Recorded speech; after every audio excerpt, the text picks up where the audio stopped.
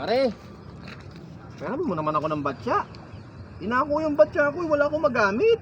Ay naku pare, bagong-bago tong batya ko eh. Isang linggo pa lang to simula nung binili. Irami ko, maingatan ko naman. Kasi hindi naman sa akin, kaya ingatan ko. Eh, ingatan mo ha. Woo! Balik mo na lang. Oo, mamaya, pagkatapos ko. Salamat ah. Okay. A few moments later. Pare, Oh, ay. Nasabihin ako eh. ano? Huwag ka sanang magagalit. Bakit? Ano ba yon? Huwag ka magagalit. Oo na, ano ba yon? Yung batya mo kasi, Bakit nabasag ang batya ko? hindi ba sabi ko huwag ka magagalit?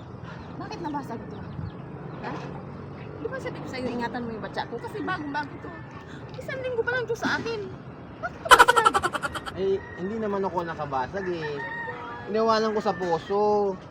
Eh, maraming tao kanina. Iniwanan ko sandali kasi nagsampay ako. Pagbalik ko, basag na. Oh, papalitan mo yan. Di ba huwag ka magagalit?